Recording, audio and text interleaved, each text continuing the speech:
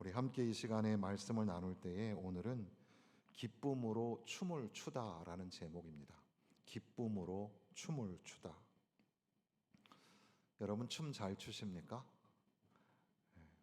우리 교회도 이 춤을 전문으로 하시는 분들이 몇 분 계시는데 그렇게 춤을 이렇게 함께 하나님 앞에 올려드리는 기회들을 갖는 거 그것도 의미가 있을 것 같은데요. 저는 춤을 잘 출 것 같아요? 아니면 못 출 것 같아요? 우리나라 이 탈춤에 불림이라는 게 있죠. 불림.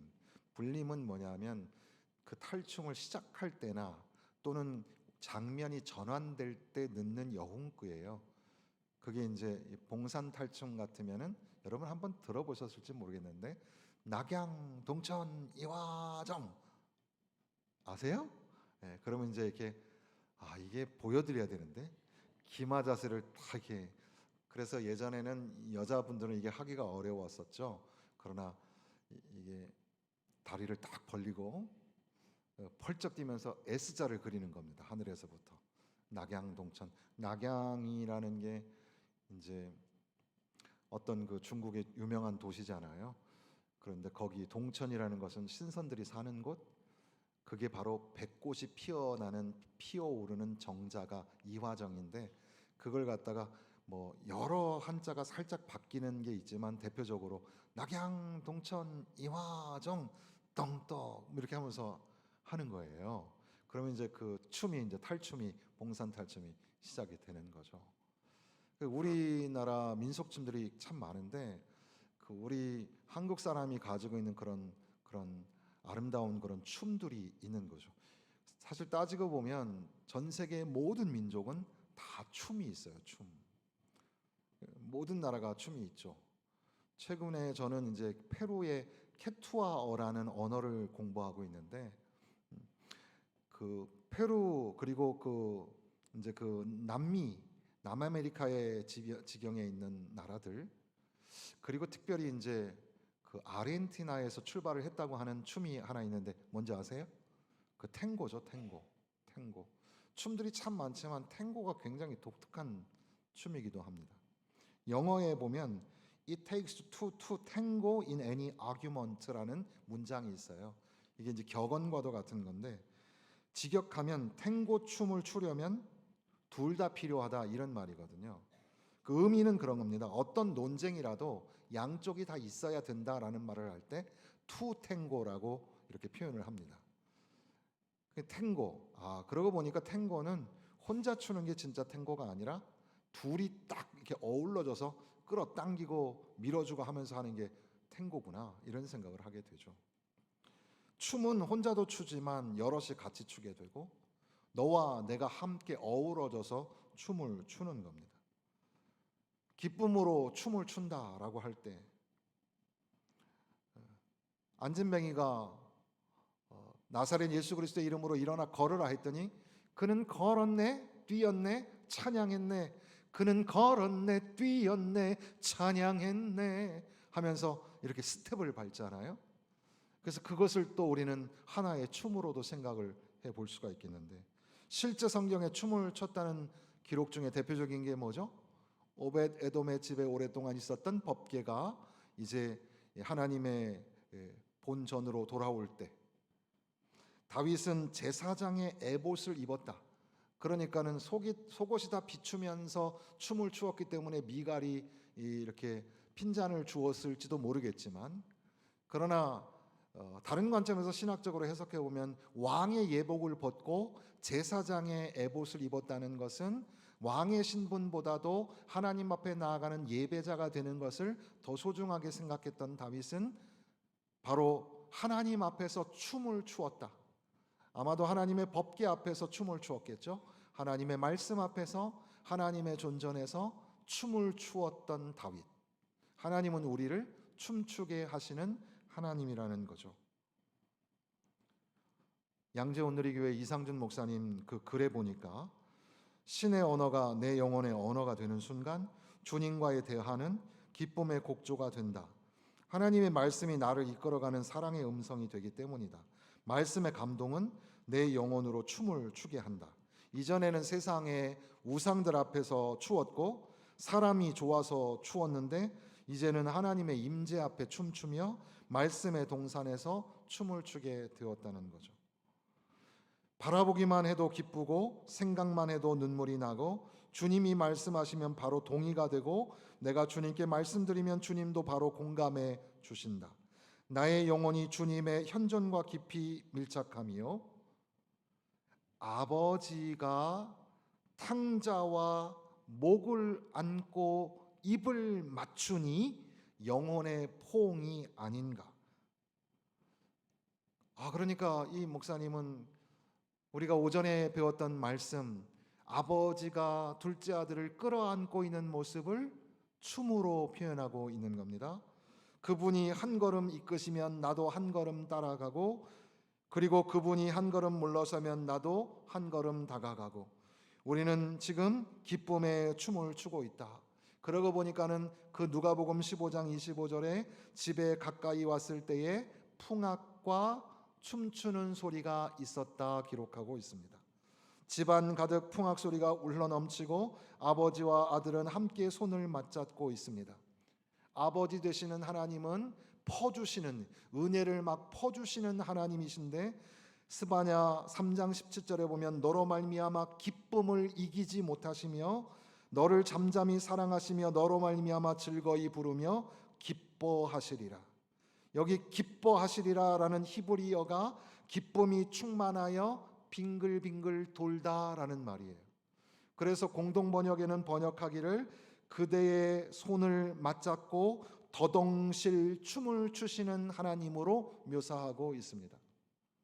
그러니까 아버지 되시는 하나님은 돌아온 아들을 붙잡고 덩실덩실 춤을 추신다는 거죠.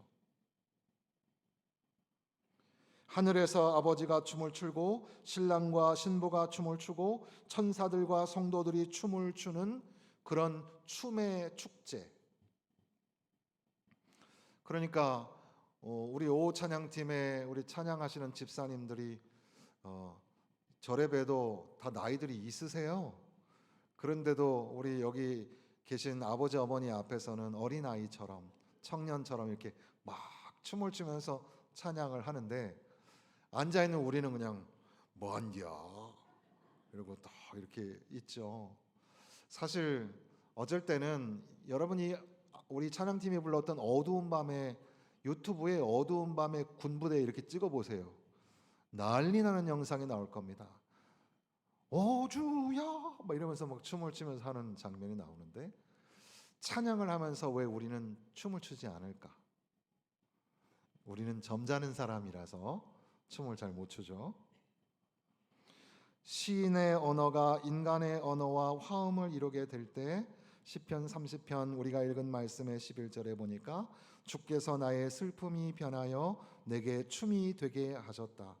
나의 베옷을 벗기고 기쁨으로 띠를 띄우셨나이다 기록합니다.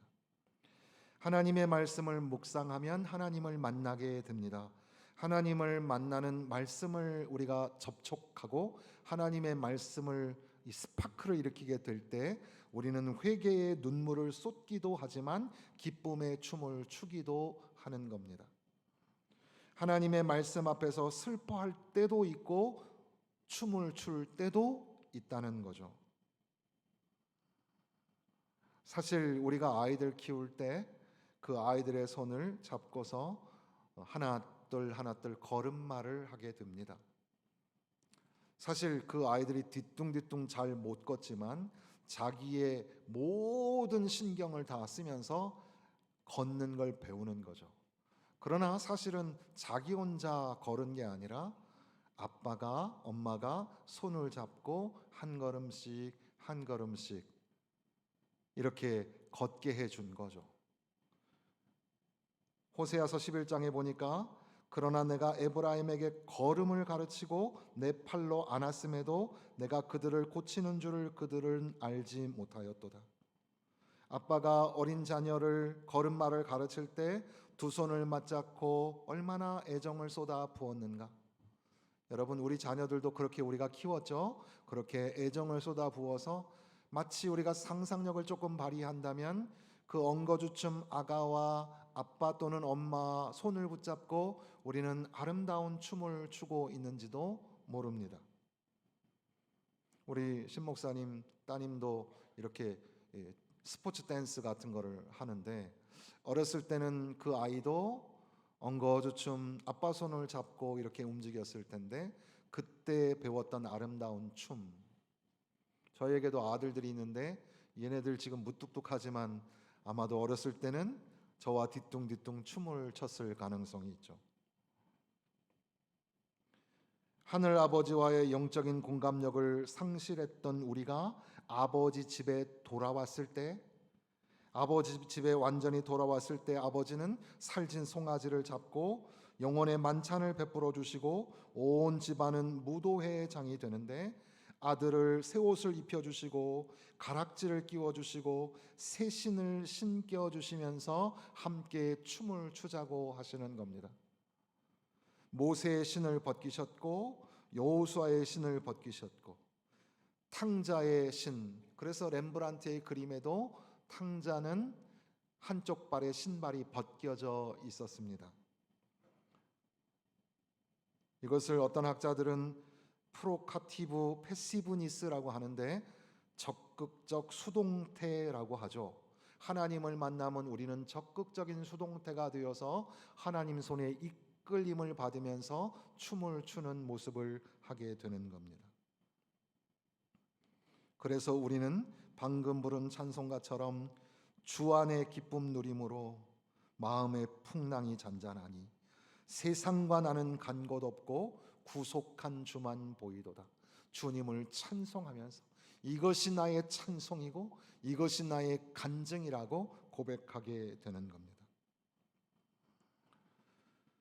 사무엘하 6장에 앞서 잠깐 말씀드린 것처럼 나를 여호와의 백성 이스라엘의 주권자로 삼으셨으니 내가 여호와 앞에서 뛰놀리라.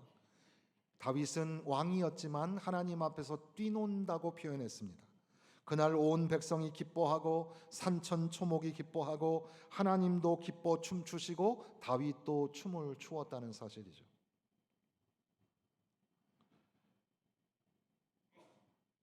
다윗은 하나님에게 내가 하나님을 모실 집을 짓겠습니다 라고 하지만 하나님은 아니다, 내가 너의 집을 세우겠다 말씀하십니다. 우리는 우리의 스케일과 안목으로 집을 지어드리겠다고 하지만 하나님은 우리를 믿음의 가문으로 세우시겠다고 말씀하십니다. 결국 그 믿음의 열조 끝에 우리를 구원하시는 아들을 내어주시는 거죠. 내가 주님을 점점 더 알아가고 그러면서 주님이 나를 사랑하신다는 것을 깨닫게 됩니다. 그래서 베드로는 주님은 아시지 않습니까? 내가 주님을 사랑하는 줄을. 주님 아시지요? 내가 주님을 사랑합니다. 사랑의 고백. 그러니까 멀찌감치 떨어져 갔던 베드로는 이제 주님과 마주 대하고 네가 나를 사랑하느냐 물을 때에 내가 주님을 사랑합니다 라고 고백합니다. 그것을 우리가 지난 여름 수련회 때 원로 목사님께서는 다른 언어로 표현하기를 나의 사랑 나의 어여쁜 자여 일어나 함께 가자. 술람미 여인과 솔로몬 왕은 사랑하는 관계였고 그것은 하나님과 이스라엘 백성의 사랑을 묘사하는 거였습니다. 마치 그 노래가락 19절은 춤을 추는 것처럼 사랑의 춤을 추는 것처럼 보이기도 합니다. 명절을 지나가면서 우리는 우리의 춤을 잊어버리고 있는 것은 아닐까 생각하게 됩니다. 신발을 하나 사고 싶었습니다. 보통 우리가 설이나 추석 되면 옛날에는 추석빔, 설빔 그래가지고 뭐 때때 옷도 입고 그랬잖아요. 어떤 목사님은 이렇게 추석 때만 되면 설에만 되면 한복을 입고 설교하시는 목사님들이 계시거든요. 저는 안 어울리겠죠? 어쨌든 신발을 사려고 가보니까 사람들이 막 바글바글 막 그렇게 있어서 고를 수가 없더라고요. 그래서 그냥 만지작 하다가 그냥 돌아왔는데, 우리는 왜 이렇게 명절을 맞이하면서 즐겁지 않을까? 좋은 신발 신고 예쁜 옷 입고 함께 춤을 추면 참 좋을 텐데 우리는 서로 이렇게 즐겁게 춤을 추지 못할까? 아가들이 오고 손주들이 오면 너무너무 행복하죠? 함께 이렇게 손녀와 앉아서 예배드리는 모습은 얼마나 좋을까? 그런데 그렇지만 또 한편으로는 부족한 것, 없는 것, 나는 왜 이렇게 없고 나는 왜 이렇게 부족할까라는 생각을 가지면서 한숨을 짓고 춤을 추지 못하는 우리의 모습. 내가 지금 가지고 있는 것이 너무너무 크고 감사할 제목이 너무너무 많은데도 불구하고 하나님 앞에 감사의 노래를 부르지 못하고 하나님 앞에 춤을 추지 못하는 저와 여러분의 모습은 왜 그럴까? 오늘 시편 30편의 말씀은 어떻게 보면 하나님에게 하나님 나를 건져 주세요라고 기도를 드렸습니다. 하나님 앞에 부르짖었더니 하나님이 나를 고쳐 주셨습니다. 실제로 3절에 보면 내가 무덤에 내려가는 것 같았는데 하나님에게 부르짖어 기도했더니 하나님이 나를 고쳐 주셨습니다. 죽음에 직면한, 죽음에 이르는 병을 선고받고 그 병으로 인하여 가슴 덜컥 내려앉아 무력하게 병상에 누워 있을 때 하나님 밖에는 구할이 없어서 하나님 고쳐주세요, 하나님 건져주세요 하고 하나님 앞에 기도했더니 하나님이 그 기도를 들으시고 고쳐주셨다는 겁니다. 그의 노염은 잠깐이었고 그의 은총은 평생인 것처럼 느껴지고 저녁에는 울음이 있었지만 아침에는 기쁨이 오는 것을 경험하게 되었다는 겁니다. 돌아보니 내가 형통할 때에 영원히 흔들리지 아니하리라 헛맹세를 했습니다. 내가 이렇게 잘 사는 거, 내가 건강한 거 영원할 거야 그렇게 생각했지만 하나님께서 얼굴을 가리시니까 나에게 근심이 찾아왔고 내가 병이 들었습니다. 그때 하나님 앞에 부르짖어 간절히 간구하면서 내가 무덤에 들어가면 어떻게 노래를 부릅니까? 내가 진토가 되면 어떻게 입술을 열어 찬송을 할 수가 있겠습니까? 하나님 나를 살려주세요. 나를 살려주면 내가 노래하고 춤을 추겠습니다. 하나님이 들으시고 하나님이 나에게 은혜를 베풀어 주시면 내가 다시 노래하고 이것이 나의 찬송이요 나의 간증이라고 노래하고 내가 춤을 추겠습니다. 그래서 11절에 다시 읽어보면 주께서 나의 슬픔이 변하여 내게 춤이 되게 하시며, 슬픔이라는 단어 이 미스페드는 통곡이라고 번역하고 애곡이라고 번역할 수 있습니다. 그러니까 시인의 절규와 애곡을 춤으로 바꾸셨다는 겁니다. 노래하며 춤춘다. 여기 춤춘다라는 마홀이라는 것은 축제를 의미하는 것이고 강강수월래하며 빙글빙글 도는 것을 의미합니다.